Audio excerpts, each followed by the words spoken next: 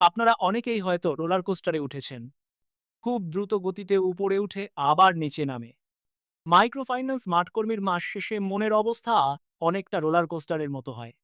কারণ পুরো মাস জুড়ে তিনি মাঠে ঘুরে সদস্যদের সাথে কাজ করে কিস্তি আদায়, রিপোর্ট তৈরি, অফিস প্রেসার সবকিছু সামলে এক প্রকার মানসিক যুদ্ধ লড়েন। মাস শেষে একজন মাঠকর্মীর মনের অবস্থা, মাসের শেষ মানেই একজন মাইক্রোফাইন্যান্স মাঠকর্মীর জন্য সবচেয়ে কঠিন সময়। পুরো মাসের কাজের চাপ একসাথে এসে জমা হয় এই সময়ে। এক, চাপ, স্ট্রেস অ্যান্ড প্রেশার। মাসের শেষ সপ্তাহে কিস্তি আদায়ের চাপ অনেক বেড়ে যায়। সদস্যরা যারা মাসের শুরুতে বলেছিল শেষ সপ্তাহে দিব ভাই, তারা তখন নানা টালবাহানা শুরু করে। রাত পর্যন্ত বসিয়ে রেখে কিস্তি দেয়, আবার কেউ দেয় না। অফিস থেকে বকেরা সহ অন্যান্য টার্গেট পূরণের জন্য একের পর এক ফোন আসে। যত জরুরি ব্যক্তিগত কাজ থাকুক, মাস শেষে ছুটি চাওয়ার সুযোগ নেই। ছুটি চাওয়ার আগেই কর্মীর মন বলে, মাস শেষ কিভাবে ছুটি চাই। দুই, উদ্বেগ ও দুশ্চিন্তা, এনসিএটি।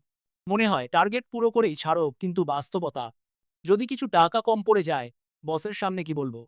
মাস শেষে বসদের মুখের দিকে তাকানো যায় না, কারণ তারাও চাপে থাকে। অফিসে তাগাদা দেওয়া শুরু হয়, যদিও সারা মাস কোনো চাপ দেওয়া হয়নি। তখন বিবেক আবেগ কোনোটাই ঠিক মতো কাজ করতে চায় না। তিন, শারীরিক ক্লান্তি, ফিজিক্যাল এক্সহাউস্টিও। দিনে দিনে কাজ বেড়ে যায়। অনেক সময় রাত পর্যন্ত সদস্যদের বাড়িতে বসে থাকতে হয়। দুপুর বিকেলের খাবার প্রায়ই বাদ পড়ে যায়। মোটরসাইকেল বা পায়ে হেঁটে গ্রামে ঘুরে শরীর ভেঙে যায়। চার, মানসিক অশান্তি, মেন্টাল রেস্টলেসনেস। পরিবারের কথা মাসের শেষ সপ্তাহে মাথায় আসে না। স্ত্রী সন্তান হয়তো অপেক্ষা করছে, তবুও সদস্যদের বাড়িতেই সময় কাটাতে হয়। দুশ্চিন্তায় রাতে ঠিক মতো শান্তিতে ঘুম হয় না। পাঁচ, সন্তুষ্টি, স্যাটিসফ্যাকশন অ্যান্ড রিলিফ। সব কষ্টের পরও যদি টার্গেট পূর্ণ হয়, তখন মনে হয় আলহামদুলিল্লাহ, এত কষ্ট বৃথা গেল না। অফিসে গিয়ে ম্যানেজার প্রশংসা করলে মনে গর্ব জন্মায়। ছয়, হতাশা, ফ্রুস্ট্রেশন। কিন্তু যদি টার্গেট কম হয় বা কিছু সদস্য টাকা না দেয়, তখন ভয়ে ও হতাশা গ্রাস করে। মনে হয় এত কষ্ট করেও কিছুই হলো না, আবার বকুনি শুনতে হবে।